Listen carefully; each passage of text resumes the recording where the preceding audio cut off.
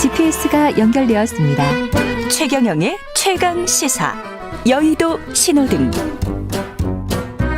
네, 한 주간 화제가 됐던 정가 인물을 집중 탐구해보는 시간입니다. 주간 인물 토크쇼 여의도 신호등 현근택 변호사 나와 계시고요. 안녕하십니까? 네, 안녕하세요. 현근택입니다. 오늘은 김태현 변호사 대신 스페셜 게스트로 국민의힘 오세훈 서울시장 후보 캠프의 이준석 뉴미디어 본부장 나와 있습니다. 안녕하세요. 네, 안녕하세요. 예, 두 분, 이준석 네. 본부장님은 굉장히 바쁘신가 봅니다. 제가 이번에 어쩌다 네. 유세 일정 짜고 유세 동선 짜야 돼가지고 네, 어제도 목이 약간 쉬었어요. 유세 쫓아다니다가 네. 지금 목 상태가 약간 안 좋습니다. 예. 양해 부탁드립니다. 지금. 공중전만 하는 줄 알았더니 지상전도 하고 지상전도. 예. 좀 있으면 해상전까지 할 것 같아요. 예, 대단합니다. 예, 국민의힘은 이준석 그 본부장께 월급을 좀 더 드려야 되는 거 아닙니까? 저 월급 한 푼도 안 받았습니다. 당에서. 월급 안 받아요? 저희는 당비를 내죠 오히려. 저희는. 아, 그래요? 예, 당이란 곳이 원래 그렇습니다. 당이란 곳이 그 소위 말하면 사무처 이제 당직자로 가면은 예. 그게 공채 당직자니까 월급을 받는 자리지만은 예. 나머지 이제 정치하고 싶은 사람들 같은 경우에는 오히려 당비를 내고 당에서 일을 합니다. 왜 해요? 돈도 안 주는데? 정치하려고 하는 거죠. 그게 이해가 안 되는 거죠, 뭐 일반인들은. 네, 왜냐면 저도 저 같은 월급쟁이는 정말 이해가 안 돼. 네, 현근택 그러니까 당에서 변호사가- 그러니까 국회의원 말고 월급 받는 사람은요. 예. 민주당 같은 경우에는 사무부총장 한 2명 정도 하고 예. 대변인 1명이나 월급도 아니죠. 그거는 이제 쓸 수 있는 카드 나오는 정도고 부대변인도 뭐 한 150만 원 정도 쓸 수 있는 카드 말고는 없어요. 그러니까 다 합쳐봐야 한 10명 될까 말까 해요. 네, 나머지는 다 대부분 그냥 자기가 정치하려고 하는 거죠. 아니, 저 같은 사람이야 이런 거는 하지만은 현근택 변호사 같은 경우에는 예전에 법률 지원단 있을 때 예. 고급 법률 서비스를 무료로 제공했어요. 무료잖아요. 또 거기다가. 그거가 월급 들어가지고. 그러니까 원래 정당이 그런 곳입니다. 다들 와가지고. 야. 네. 그건 있어요. 다 갈아 놓는구나. 그 정당 이게 전부 다? 주변에서 이게 법률 서비스가 많잖아요. 예. 대리해주거나 아니면 선거법 위반이나 많이 하면 예. 국회의원이나 이런 분들 거의 돈 잘 안 줘요. 네, 그거는 또 업계에 어찌 보면 약간 또 불문율처럼 돼 있어요. 아니 그럼 최 기자님 옛날에요. 예. 그 제가 알기로는 박용진 의원님인가요? 그분이 이의 제기하기 전에는 예. 국회의원들 방송 출연료 돈 안 줬던 시절도 있어요.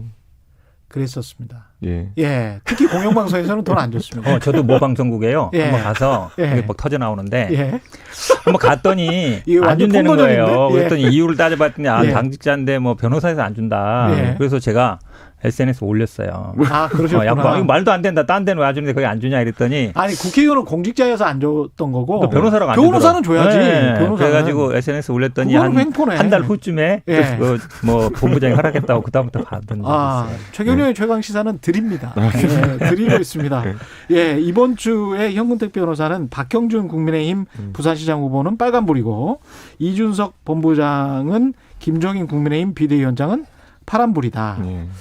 박형준 국민의힘 부산시장 후보는 빨간불인 이유는 이게 첫 번째는 왜 예. 부산이냐. 지금 모든 아마 언론의 관심이 또 우리 서울 지역에 중앙 언론이 있다 보니까 예. 대부분 아마 서울 지역에 관심이 모여 있어요. 예. 근데 부산에 제가 좀 들어보면 부산은 좀 상황이 다르다라고 얘기 많이 하더라고요.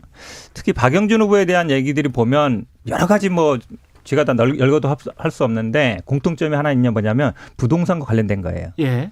그다음에 대부분 거래와 관련됐어요. 계약과. 음. 지금 LCT 분양 관련이나 아니면 LCT의 미술품 납품이나 이거 다 부동산 관련이잖아요. 예. 우리 여기 잘 아는 이 국회 레스토랑도 몇 번 가봤겠지만 예. 그것도 부동산 계약과 관련된 거잖아요. 예.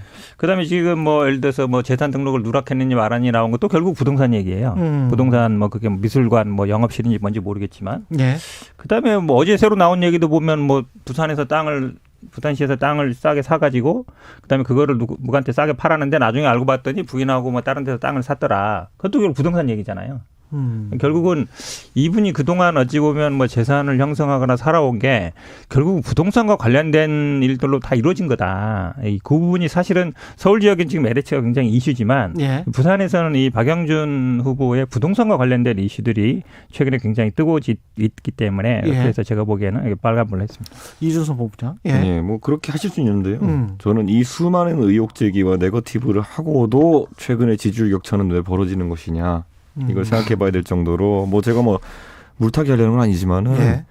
부산 시민들의 이번 선거에 있어서의 그 경제 발전 문제나 아니면 지역 발전 문제에 있어서 실망감이 대단한 것 같다. 예. 이런 생각이 들고 저는 박형준 후보에게 사실 수많은 의혹을 제기하고 아까 현 변호사가 얘기했던 부동산 관련 의혹 같은 것이야 당연히 뭐 차후에 선거 이후에도 검토해야 될 부분이 있을 수 있습니다. 하지만 최근에 보면은 뭐 부산시에서 선거 과정에서 뭐 조강지처를 벌였다느니 이런 류의 인신공격 때문에 예. 또 박형준 후보 측에서는 또 분개하고 있거든요. 그렇기 때문에 저는 뭐 당연히 검증 가능한 부분은 예. 민주당에서 검증 지속적으로 하면 될 것이고요. 예.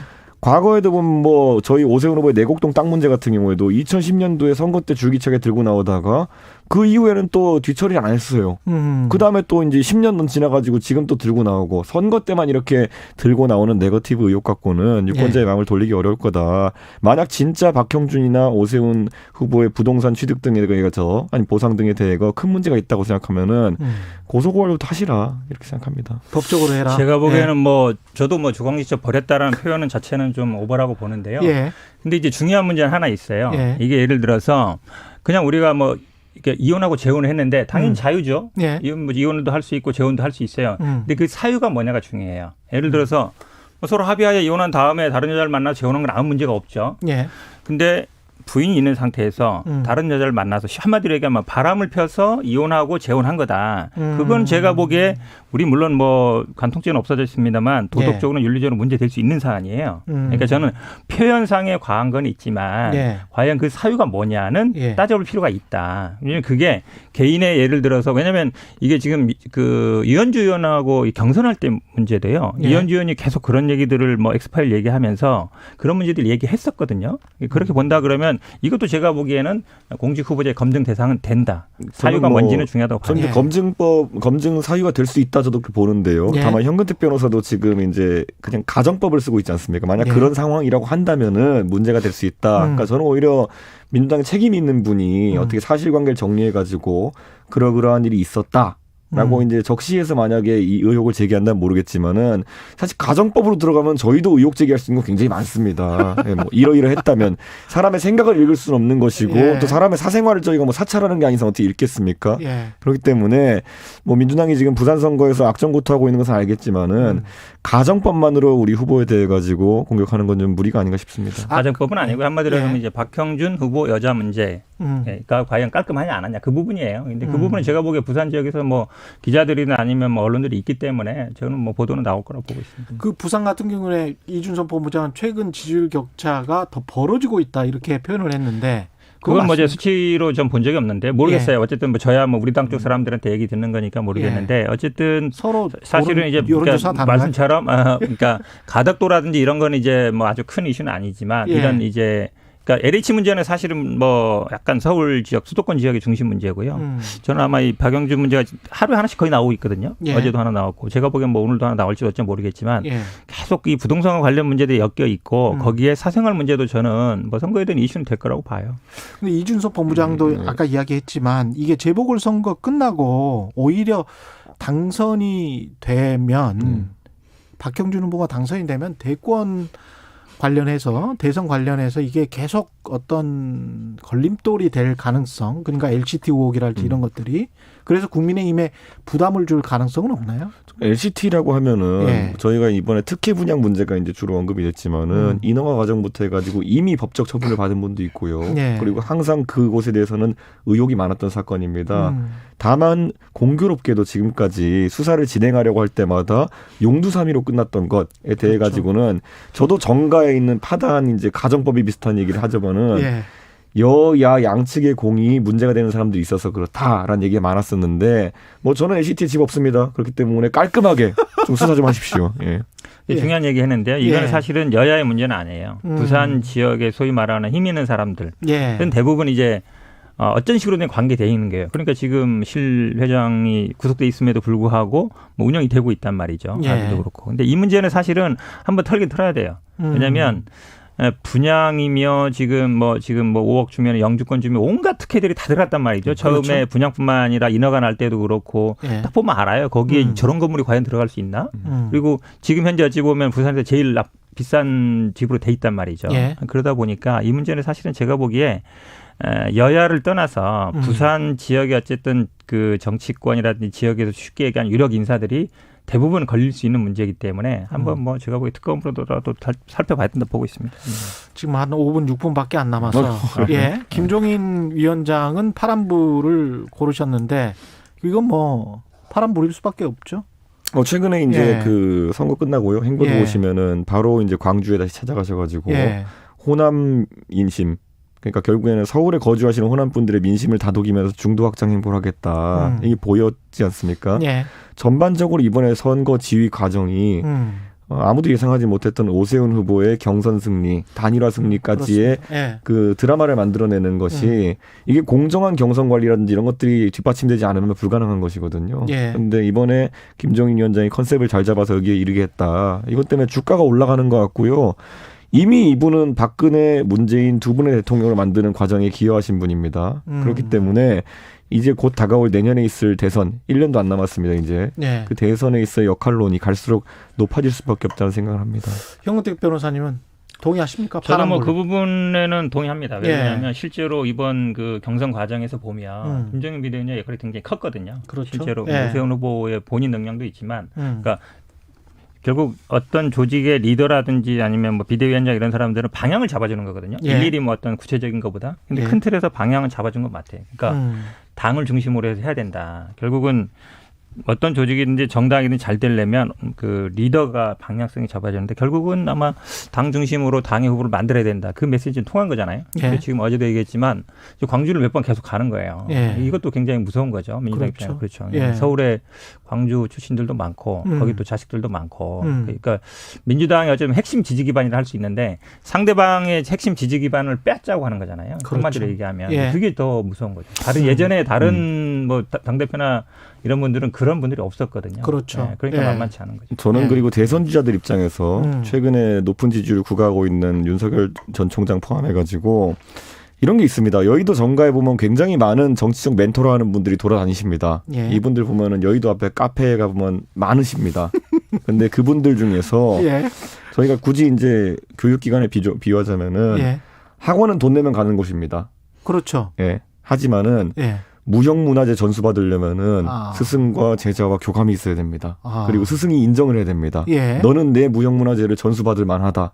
이게 돼야 되는 것이거든요. 아무나 못 가. 제가 가가지고 갑자기 저랑 현근택 변호사가 무슨 뭐 무형문화재 전수 받겠다 그러면은 바로 쫓겨나요. 그러니까 그런 것처럼 저는 이제 대권 주자들 입장에서도 어떤 그 여의도의 정객과 함께 할 것인가에 대한 관심이 높아지는데 1순위로 김종인 위원장 찾아올 것이다. 많은 사람들이 이렇게 봅니다. 이준석 씨가 아주 어디 무슨 거기 카페 차려놨던데 무슨 카페 차려놨잖아요. 근데 사실은 카페는 진짜 아니고요. 뭐 호텔 이렇게 호텔의 룸 같은 데 있어요. 그것도 여기도 오피스텔이 그렇게 많잖아요. 많죠. 거기 다 누가 있겠어요. 다 그렇구나. 거기에 계시는구나. 거기에 있는 것도 제가 보기에 진짜는 아닌 것 같고. 그런데 있는 어쨌든 방 하나씩 다 있어요. 웬만한 사람들이. 그렇군요. 근데 당내 지지 기반은 이재호 고문도 최근에 최강시사에서 약간 좀 그 안티인 것 같더라고요. 김종인 위원장에 대해서. 그리고 그게 좀 나타났잖아요. 안철수 후보를 왜 떠미냐 뭐 이런 식으로 이야기를 하면서 사실은 견제를 한 거죠. 김종인 위원장을. 그래서 만약에 김종인 위원장이 재보궐선거 끝나고 본인 말씀하신 대로 그냥 나가버리면 국민의힘 입장에서는 이 파란불이 없어지는 거 아닙니까? 오히려 밖에 있을 때 왜냐하면 대선이라는 거는 만약 안에 계시면서 뭐 이미 비대위원장 하신 분이기 때문에 안에 계시려면 역할이 뭐 거의 뭐 대표급 역할을 하셔야 될 텐데 그러면 이분이 어떤 특정 제자에게 무형문화재를 전수하겠다 하면은 그거는 편향성 시비가 생깁니다. 아, 오히려? 네, 그렇기 때문에 밖에 있으면서 사람을 골라서 무형문화재를 전수하겠다. 이게 오히려 킹메이커의 자세로는 맞는 것이거든요. 저는 그래서 뭐 안철수 대표에 대해서는 오늘 또 저희랑 같은 시간대 하는 라디오 방송에서 좀 약간 안 좋은 평을 하시는 것 같은데 뭐 그거는 제가 말하지만 전수한 사람 마음입니다. 전수하는 사람 마음이. 네, 전수한 사람 마음이지 뭐 어쩌겠습니까? 돈 준다고 무조건 전수해 주는 거 아닙니다. 그건. 제가 보기에는요, 김종인 비대위원장이 비대위원을 관둬도 당내 영향력은 살아 있을 거예요. 살아있다. 네, 그럼요. 예. 홍준표, 뭐 김무성, 이재호 이런 분들이 아마 당에 뭐 복귀를 하든지 입당을 하려고 해도 아마 원내대표든 아니면 그 다음에 뭐 당대표가 될지 모르겠지만 아마 김종인 비대위원장한테 가서 결재를 받고 와야 될 거예요. 받아야 되는지 말아야 되는지. 그 정도로. 제가 보기엔 그래요. 안철수 대표도 입당하려고 하면 넘어야 될 선이 예. 김종인 비대위원장이에요. 제가 보기에는. 오케이 해야 넘어오지 지금 상황에서는. 어쨌든 이번에 영향이 굉장히 커졌잖아요. 그렇죠. 그럼 만약에 그 사람 안 돼 그러면 예. 제가 보기에 못 들어올 가능성도 있어요. 그 어느 정도까지 특히 이제 나중에 이제 정책적인 면에서 볼 때는 기본소득 이야기도 잠깐 언급하시고 그랬거든요. 그래서 보수가 어느 정도까지 받아들일까 그것도 좀 관심이긴 합니다. 재보궐선거 이후에. 저는 거기서 이제 오히려 파격을 하려 그러면은 예. 뭐 여러 가지 공약이 있어가지고 아직 그 말랑말랑한 부분이 많은 후보. 예. 그러니까 김종인 위원장의 장점을 흡수하기 좋다. 그래서 관점이 뚜렷한 후보들은 정치 오래 하면서 이미 해놓은 말들이 많으면은 그렇죠. 주어답기가 있죠. 말 뒤집기 논란이 들어오거든요. 그렇죠. 김종인 위원장의 어떤 조언을 받아서 중도화 정책을 편다 해도 경제민주화 얘기를 한다 하더라도 예전에 해놓은 말들이 이제 발목을 그렇죠. 잡는데 맞습니다. 그게 적은 후보일수록 무형문화재 전수하기 쉽다. 민주당은 정말 저는 사실은 힘들어집니다. 김종인 예. 비대위원장한테 기대하는 게 있어요. 솔직히 개인적으로. 왜냐하면 경제민주화를 던졌었고 저는 이 얘기 자주 하는데 예. 사실은 노태우 정부 때 우리에서 했던 게 이제 토지공개념 3법이 있었어요. 예. 그리고 이제 헌재에서 많이 뒤집어지기도 했지만 예. 그 개념 자체를 없앤 건 아니거든요. 그때 김종인 비대위원장이 경제수석을 했어요. 맞습니다. 그렇죠. 예.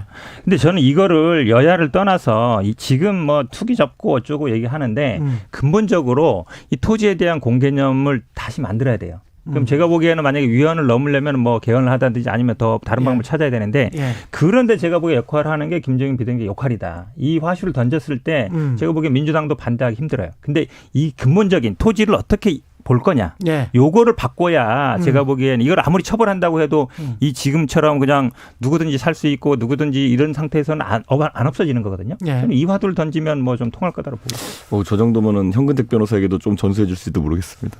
헨리 조지 김종인 되는 건가요? 예. 오늘은 여기까지 듣겠고요. 예. 지금까지 여의도 신호등 현근택 변호사 그리고 국민의힘 오세훈 서울시장 후보 캠프의 이준석 뉴미디어 본부장이었습니다. 고맙습니다. 네, 감사합니다. 예. 고맙습니다.